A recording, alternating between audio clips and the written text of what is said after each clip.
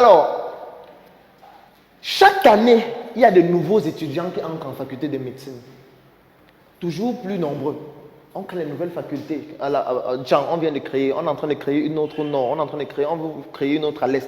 Ça veut dire que dans très peu de temps, il y aura encore un peu plus de médecins qui vont avoir des diplômes et qui vont sortir chaque année.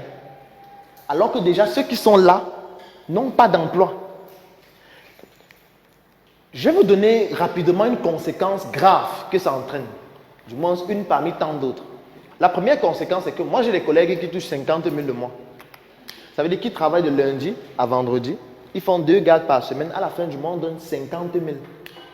Docteur en médecine, 7 ans. Pourquoi est-ce qu'on donne 50 000? Parce que c'est un peu comme les bails en salam. Quand il n'y a même pas de pouvoir même surfer sur son téléphone, qu'est-ce que ça entraîne? Ça fait en sorte que les victimes, c'est nous. Parce que quand vous allez arriver à l'hôpital, il y a des choses incroyables qu'on va faire juste pour combler les fins de mois. On va vous prescrire un examen qui ne sert absolument à rien parce que chaque fois qu'on prescrit ça, on a 30%.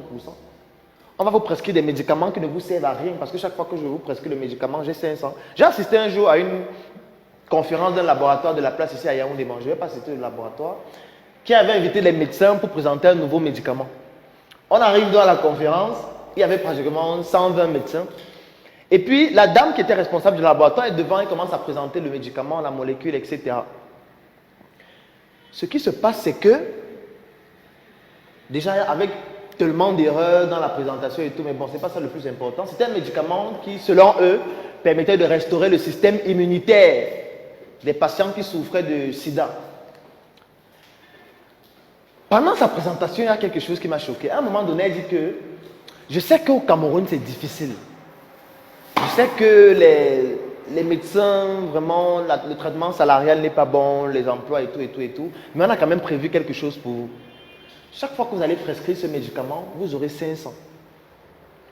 On va vous donner des facturiers qui ont des souches à chacun qui souhaite utiliser le médicament. Comme ça, chaque fois que vous prescrivez le médicament, à la fin du mois, on vient prendre les souches, on compte et puis on vous donne vos 500. À la fin donc de la présentation, elle dit, ceux qui souhaitent alors le faire, venez prendre les souches. Et plus de 80% des médecins allaient prendre. Ils prenaient les souches. Et je vous rappelle que c'est un médicament qui coûte 16 000 francs, qui est interdit dans certains pays en Europe, qui n'a fait l'objet d'aucune étude sur le plan pharmacologique et de ce qu'on appelle la pharmacovigilance pour contrôler les effets d'un médicament à court, à moyen et à long terme au Cameroun, mais que les gens vont commencer à prescrire à vous, à nous, juste parce qu'ils auront 500 après. Je vais même aller plus loin, parce que ça va, mais bon, il ne faut pas que je dise tout, sinon ça va faire que vous n'allez plus à l'hôpital. Ce n'est pas l'objectif de cette journée. Moi, j'ai déjà assisté à plusieurs opérations fictives. Vous savez que vous arrivez à l'hôpital, on vous dit, bon, vous avez l'hépatite, non, vous avez une appendicite. Il faut 200 000 pour l'opération. Si vous ne le faites pas très vite, vous risquez de mourir dans les heures qui suivent. Vous vous battez donc pour que la famille essaye de trouver l'argent. Vous prenez l'argent, vous donnez, on vous amène au bloc, on fait une incision, après on referme et puis on renvoie en salle. Moi, j'ai déjà assisté à ça plusieurs fois. Je vais même encore un peu plus loin. Il y a des laboratoires. Bon, je laisse d'abord le laboratoire. On continue avec les médecins. Il y a des collègues médecins qui sont généralistes et chacun d'eux a au moins 6 cachets. Il a le cachet où il est neurologue, il a le cachet où il est gynécologue, il a le cachet où il est pédiatre, il a le cachet où il est ophtalmologue, en fonction du patient qui vient. Et du coup, il consulte à 10 000. Dès que la consultation finit, il vous donne un diagnostic très compliqué. Vous avez le syndrome de Munchausen. Le stress commence. Mais le syndrome de Munchausen, c'est quoi? Il dit que pour confirmer le diagnostic, il faudrait qu'on fasse un examen, mais on ne fait pas l'examen ici. Le seul endroit où on fait cet examen, c'est à Yaoundé, au centre Pasteur. Mais pour ne pas vous compliquer la tâche, on a un service d'acheminement des échantillons. Donc on va vous prélever, on va faire analyser là-bas, et puis vous aurez les résultats sous une semaine. Vous êtes dans la détresse. On vient de vous donner un diagnostic, vous n'avez jamais entendu le nom là quelque part. Vous demandez, doc, l'examen c'est combien? On vous dit c'est 50 000. Quand vous payez 50 000, ils ont une infirmière qui vous prélève. Et dès qu'on vous prélève, ils ont les faux imprimés du centre Pasteur, les faux cachets, les faux reçus. On vous fait un faux résultat et on vous donne une semaine après. Je vais encore plus loin. Il y a certains laboratoires au Cameroun que je ne vais pas citer, bien évidemment, où quand vous arrivez pour faire un examen, vous venez, vous dites, je vais peut-être faire la goutte épaisse ou je ne sais pas, le test de je ne sais pas trop quoi. On vous prélève. Dès que vous partez, on ne fait pas l'examen, on écrit le résultat. Il y a plusieurs laboratoires qui le font. Je vais même encore plus loin. Il y a des laboratoires où vous venez, vous deux, peut-être faire le test d'hépatite B. On te prélève, on le prélève. Dès que vous partez, on mélange vos sangs, on utilise le même réactif. C'est-à-dire que la personne qui fait ça ne comprend rien en immunologie. Et quand c'est négatif, il vous met vous deux négatifs, juste pour économiser les réactifs.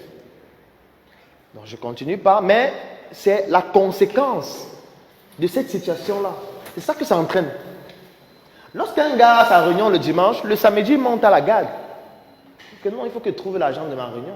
Quand vous arrivez, il dit non, vraiment, il faut opérer. On a mené une étude qui montre que plus de 45% des césariennes qu'on fait aux femmes qui sont enceintes ne servent à rien. Moi, je parle de... Parce que quand on parle, vous avez l'impression que c'est dans l'espace et que ça ne vous concerne pas. Vous arrivez à l'hôpital, vous êtes enceinte, vous pouvez accoucher par voie basse, mais on essaye de trouver des raisons pour que vous passiez à la césarienne. Parce que ça fait en sorte que le médecin a des quotes-parts à chaque fois qu'on vous opère et que l'hôpital fasse plus d'entrées. Donc, comment ça va se passer quand il y aura encore plus de personnes qui vont demander le travail que maintenant? Ça sera pire. Parce qu'on ne construit pas suffisamment d'hôpitaux pour recruter ces gens. Et là, on parle des médecins qui ont bac plus 7. Je ne parle pas des infirmiers qui sortent par milliers chaque année. Les sages-femmes qui sortent par milliers. Des aides-soignants qui sortent par milliers. Des analystes biomédicaux qui sortent par milliers. Je ne parle pas des pharmaciens. Je ne parle pas d'eux. On a encore sur les médecins qui ne sont pas nombreux. Et voilà déjà ce qui se passe. Ça sera pire dans 5 ans, pire dans 10 ans, pire dans 20 ans, si rien n'est fait. Et ce n'est pas qu'ils n'ont pas la compétence, c'est qu'ils ont fait une école où ils ont la compétence pour faire un travail spécifique. Et c'est déjà comme ça chez eux. Donc quand on parle d'entreprendre, les gens ont l'impression que c'est juste une mode, c'est juste une manière de vouloir dire qu'on perd le temps, parce que voilà, on n'a pas pu le travail, on n'a pas trouvé le travail. Du coup, comme on est un cancre, on dit qu'on entreprend. La fonction publique au Cameroun, la capacité maximale de recrutement, c'est 300 000 personnes. La fonction publique ne peut pas recruter plus de 300 000 personnes. Vous pensez que les autres millions de personnes, ils vont travailler dans où? Tout le monde ne peut pas travailler à la fonction publique. Soit c'est le privé, soit vous allez vous-même trouver quoi faire. Et c'est pour ça que les gens font dans l'informel, en plus de 80%. Donc, on connaît déjà le chemin qui attend. Les 2000 étudiants qui sont en première année de droit à soi, on connaît le chemin qui les attend. On sait où ils vont finir, en fait. Bon, on va dire que j'ai un problème avec les étudiants de soi. Aïe, ça me regarde, j'ai un angle bizarre. Mais, comment un pays en chantier forme autant de bavards? Comment? Bon, on va créer un pays où ils vont aller travailler. Ils vont faire comment? Ils vont faire quoi? C'est pour ça que les gens affluent dans les concours. On prend un concours, on met 10 places. On dit qu'il y a 20 000 candidats. On met 10 places.